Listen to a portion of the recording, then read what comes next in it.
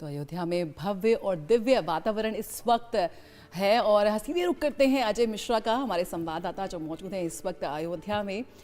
अजय, आपको रामनवमी की बहुत बहुत शुभकामनाएं। हम आज अयोध्या में सीधे आपसे बात करना चाह रहे हैं। इस वक्त जिस तरह से हम देख रहे हैं कि जो राम का जन्मोत्सव है उसका उत्साह, उसका जो इस वक्त जोश है एक अलग ही निराली है इस वक्त। सबसे पहले हम आपसे ये जानना चाहेंगे किस तरह से इस वक्त आप वहाँ पर देख रहे हैं जो नज़ारे हैं दिव्य रामनवमी।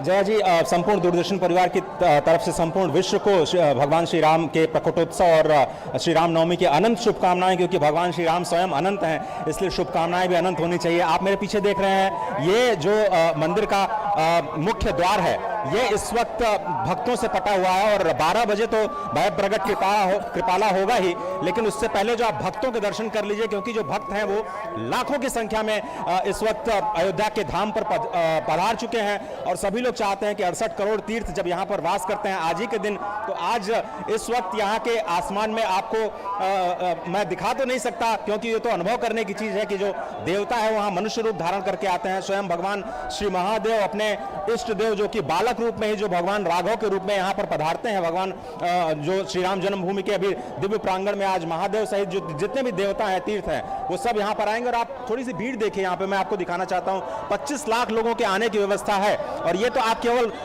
मुख्य मार्ग देख रहे हैं जो कि रामपथ से जो लता मंगेशकर चौक है वहां तक होकर के जाता है, लेकिन बहुत सारे लोग आएंगे और यहाँ पर सिर्फ और सिर्फ पैदल चल सकते हैं। कोई भी वाहन आपको यहाँ पर ले आने की अनुमति नहीं है, केवल पैदल और पैदल दर्शन की अनुमति है। तो श्री हनुमानगढ़ी जाएंगे। सरयू में स्नान का बहुत ही महत्व है, तो सरयू तट पर भी बहुत भारी भीड़ इस वक्त दिखाई दे रही है। और श्री राम जन्मभूमि तीर्थ ने बहुत ही उत्तम और अद्भुत व्यवस्थाएं की है। 25 लाख की जो भीड़ है उसको संभालने के लिए और सुरक्षा के बहुत ही जबरदस्त इंतजाम है। 11,000 से ज्यादा बटालियंस और पुलिस अधिकारी यहाँ पर चप्पे चप्पे पर ड्रोन्स के जरिए और सुरक्षा कर्मियों के जरिए इस दर्शन को और भी सुरक्षित बनाने के लिए पूरे प्रयास किए हुए हैं। यहाँ पर 7 लाइनों के जरिए अभी जो दर्शन का क्रम है वो लगातार जारी है, लेकिन सभी को इंतजार है 12 बजे का, क्योंकि भगवान सूर्य की 12 कलाएं हैं और इसीलिए परब्रह्म परमात्मा जब ठीक 12 बजे उनका प्राकट्य उत्सव होता है तब भय प्रगट कृपाला और दीन दयाला, पहला ही नाम भगवान का दीन दयाल है। तो यहाँ पर जो भीड़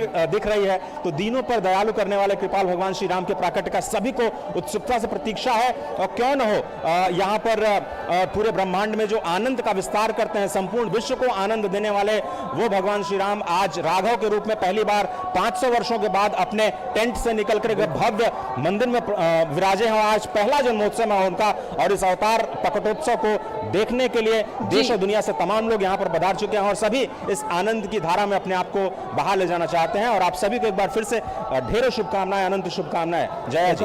अजय, पूरे हर्षोल्लास के साथ पूरे देश में तो ये मनाया जा रहा है, साथ ही साथ हम देख रहे हैं कि वहां पर जो लोग हैं, क्योंकि उनके जीवन में एक बड़ा बदलाव आया है। बीते साल कुछ और स्थिति थी और अब की साल 22 जनवरी के बाद कुछ और स्थिति है, क्योंकि रामलला खुद वहां पर विराजमान है। कितना बड़ा अंतर, कितना बड़ा फर्क और कितना बड़ा बदलाव वहां नजर आ रहा है?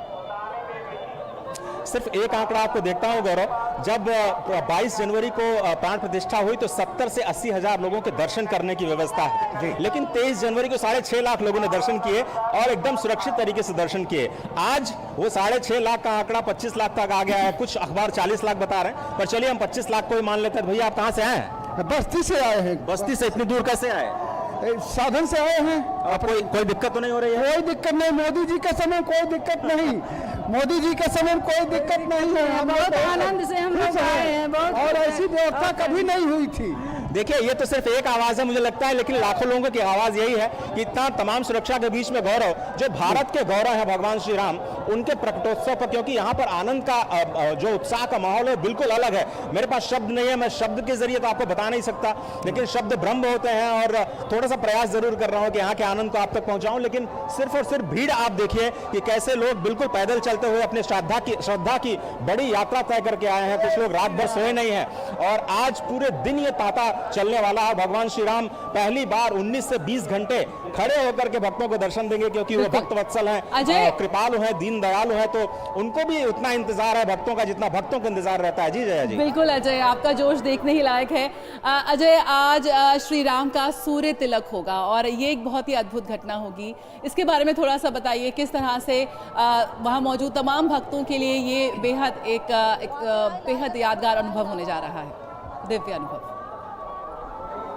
देखिए, जैसा कि हम जानते हैं कि भगवान सूर्य के वंश में ही भगवान राम का प्रादुर्भाव हुआ, और जैसा कि राघवाचार्य जी बता रहे थे कि भगवान सूर्य का जो तेज है स्वयं भगवान राम के रूप में अद्भुत हुआ। 39वीं पीढ़ी में भगवान श्री राम का जन्म हुआ और इसलिए सूर्य वंश से उनका तिलक है। भगवान कृष्ण चंद्रवंश से संबंध रखते हैं, रात्रि में 12 बजे उनका प्रकटोत्सव होता है, लेकिन भगवान सूर्य के साथ में जब प्रकटोत्सव का संबंध होता है तो वो राम के रूप में ठीक 12 बजे यहाँ पर इसी धरा पर प्रकट होते हैं। लेकिन सबसे बड़ी बात जया ये है कि सिर्फ प्रकट होते हैं, प्रकट होने के लिए नहीं, रावण का संहार करने के लिए नहीं, बुराइयों का संहार करने के लिए, बल्कि समस्त मानव समस्त विश्व को आनंद देने के लिए 11,000 वर्षों तक भगवान श्री राम ने इसी धरती का पालन किया, जो धरती अत्यंत क्षुब्ध थी रावण के कहर से। तो जब जब भक्तों के ऊपर प्रहार होता है, जब तक भक्तों के ऊपर आर्तनाद की ध्वनि उन्हें सुनाई देती है, वो किसी न किसी रूप में प्रकट हो ही जाते हैं। तो आज जो सूर्य तिलक है वो जो भौतिकी विज्ञान की एक बहुत बड़ा संस्थान है बेंगलुरु का, और यहाँ पर रुड़की में जो एक संस्थान है, उन दोनों ने मिलकर के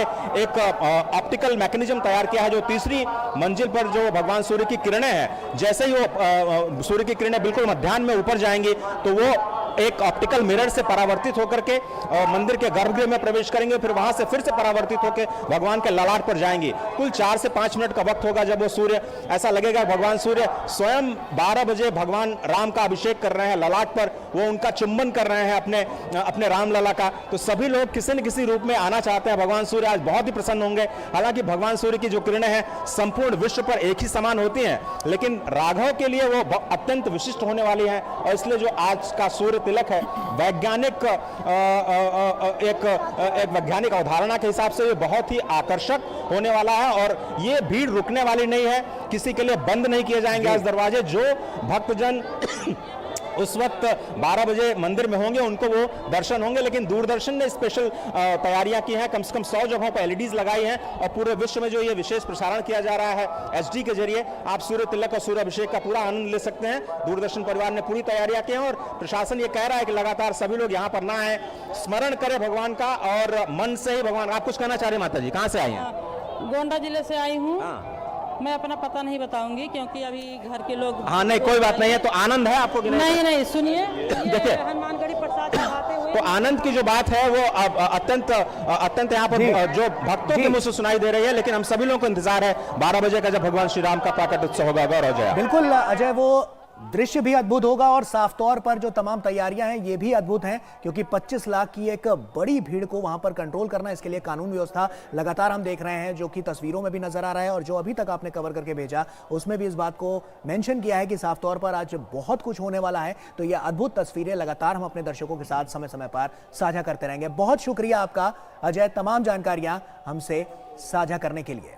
तमाम भक्तजन इस वक्त राम स्तुति में लीन है, और राम नवमी की धूम इस वक्त हम देख सकते हैं भारत में नहीं बल्कि दुनिया भर में, जहाँ जहाँ मंदिर हैं, जहाँ जहाँ भारतवासी मौजूद हैं।